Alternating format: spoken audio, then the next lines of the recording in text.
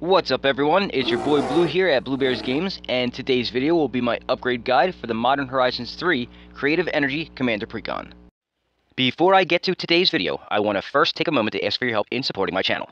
The easiest and cheapest ways to show your support are by liking my videos, subscribing to the channel if you haven't yet, sharing any of my content on your socials, and or by watching some of my many other videos that I've created over the years.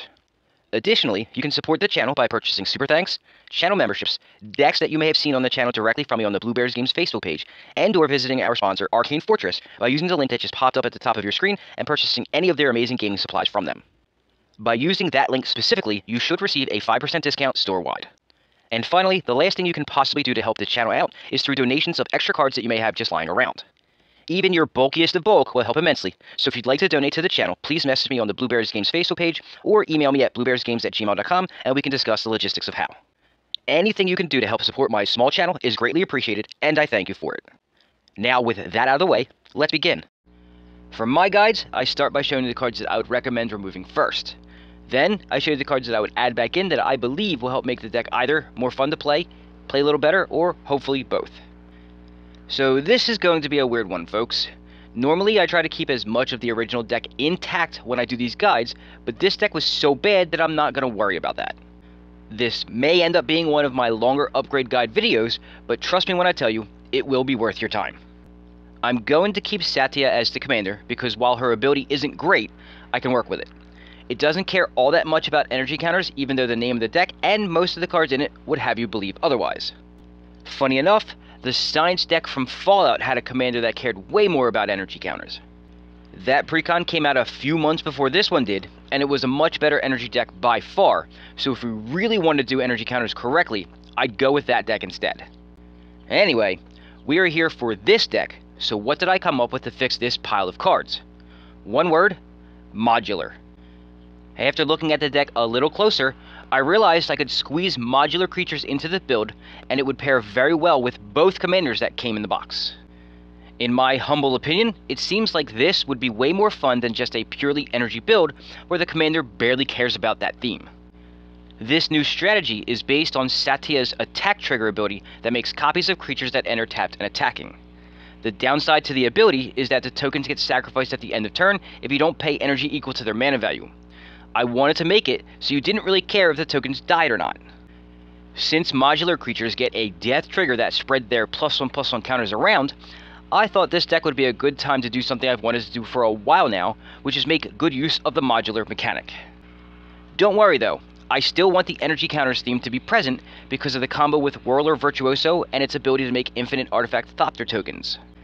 In fact, because of that combo, plus the fact that the modular creatures are all artifacts, I decided to also add some other cards that synergize well with an artifact-heavy theme.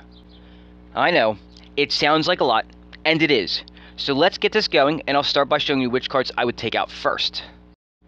I would remove 1 Plains, 1 Island, 1 Mountain, Temple of Enlightenment, Temple of Epiphany, Temple of Triumph, Solar Transformer, Coalition Relic, Conversion Apparatus, Coveted Jewel, Aethertide Whale, Amped Raptor, Grenzo Havoc Raiser, Overclocked Electromancer, Professional Facebreaker, Goldspan Dragon, Combustible Gearhulk, Blaster Hulk, Aether Geode Miner, Skyclave Apparition, Silver Quill Lecturer, Jolted Awake, Confiscation Coup, Aether Sphere Harvester, and Filigree Racer. That's a whopping 25 cards in total that I would recommend removing. With the added theme of modular and the heavier artifact focus, I cut pretty much anything that didn't help advance those or the energy theme that could result in some sort of combo or be a payoff for having all that extra energy. I did remove some energy creation cards though, and that may seem counterproductive, but trust me, the cards I'm about to recommend adding will do a much better job at it than the ones I removed. I also cut some lands and mana rocks from the deck because 38 lands and 14 ramp type cards is just way too much. More than half a deck doesn't need to be focused on just making mana. That's ridiculous. Oh, and why the hell are they still putting temples in precons? Especially premium product precons. The temples don't feel very premium, if you ask me. Well, you know what the general game plan I have in store for this guide is, so now let me show you what cards I would add back in to help accomplish this. I'll start this off by showing you 3 lands that I believe should have already been in the box in the first place.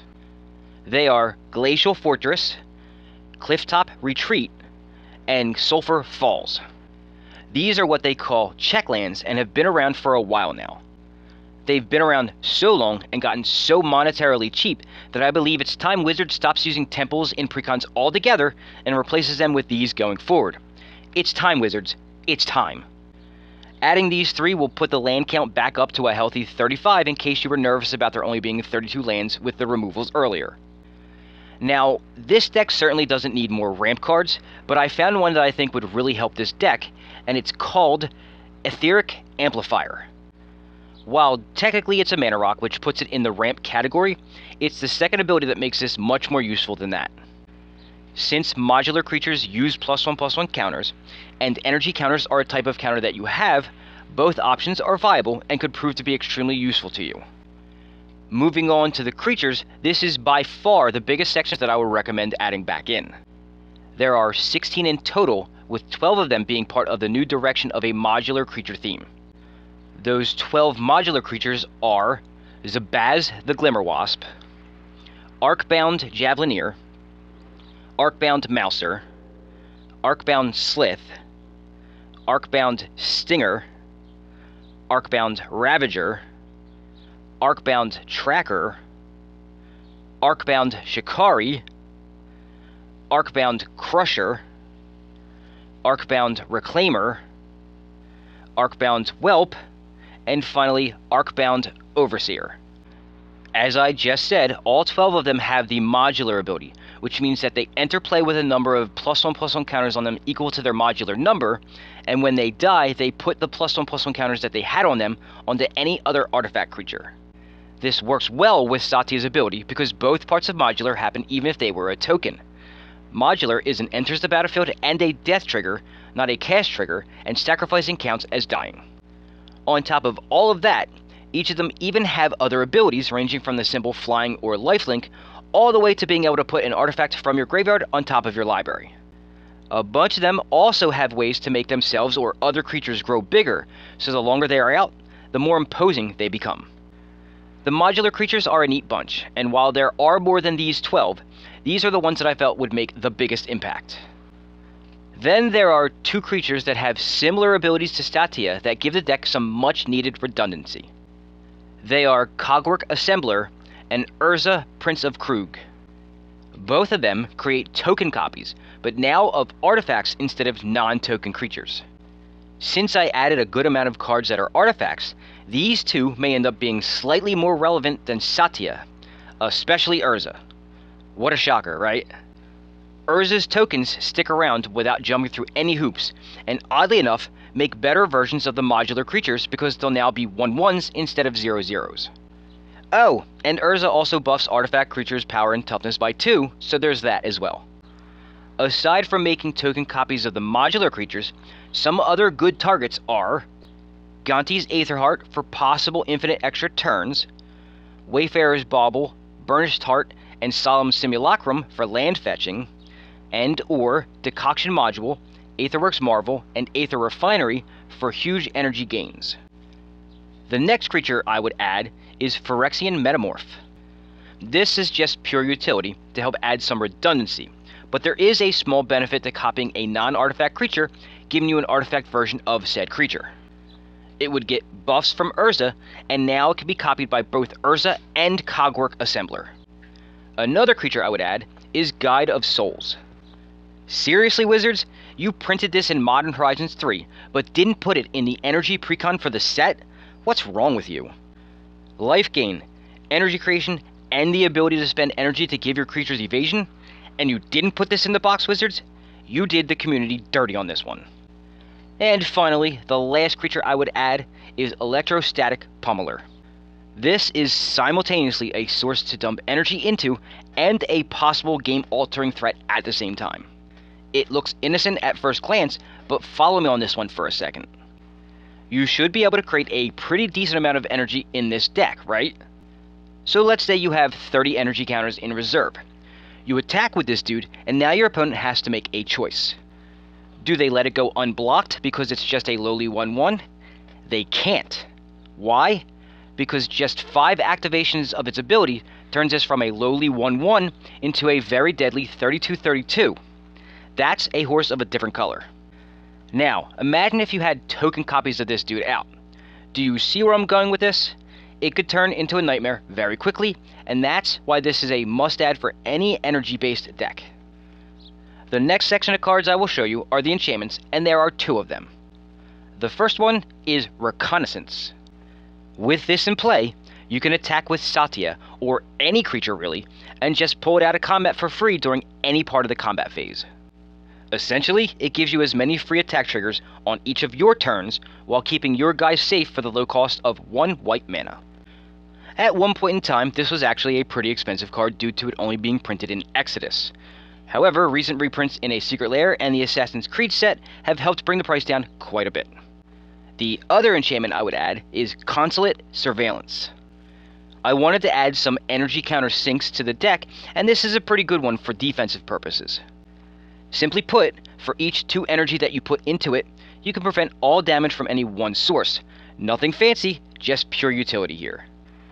The last 2 cards I'll recommend adding in are a pair of utility artifacts.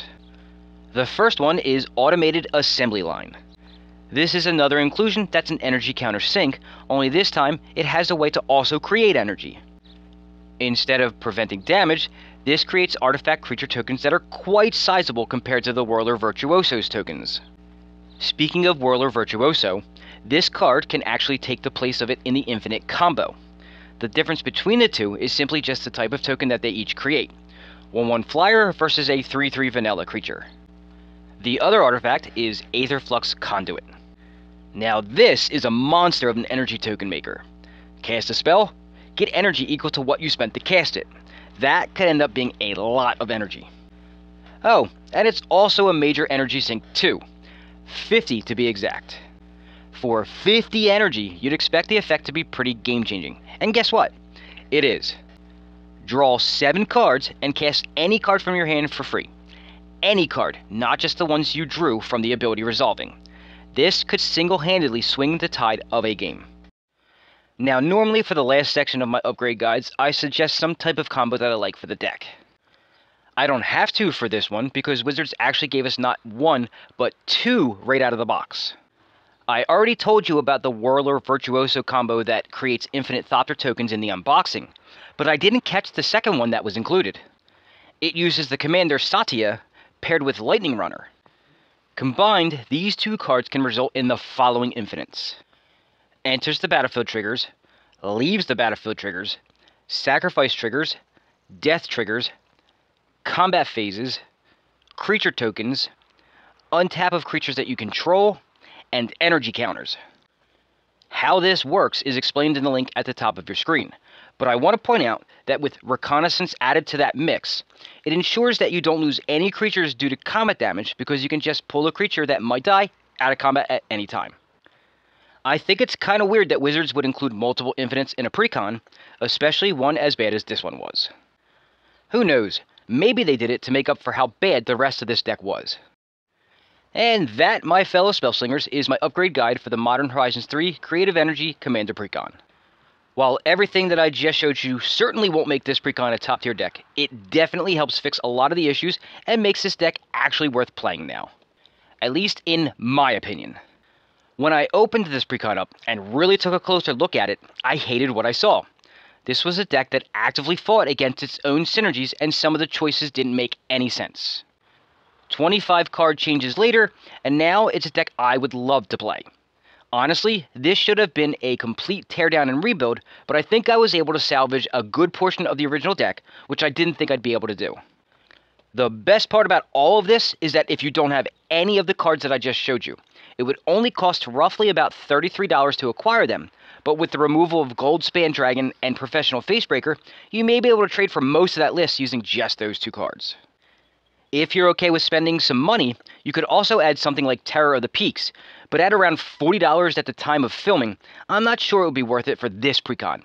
I believe everything I just went over should be enough, honestly. So, what do you think? I'd love to hear your thoughts on all of the changes that I just went over in the comments section.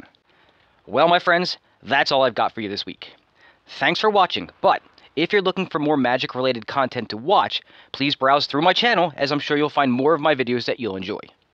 Before you head off, though, please smash that like button and subscribe to the channel if you haven't yet, so you can be notified when I release new content, which I do every Friday, sometimes on Saturdays, and now occasionally on Mondays. Enjoy the rest of your weekend, and I'll see you all next week, where I'll be doing this all over again for the final Modern Horizons 3 Commander Precon.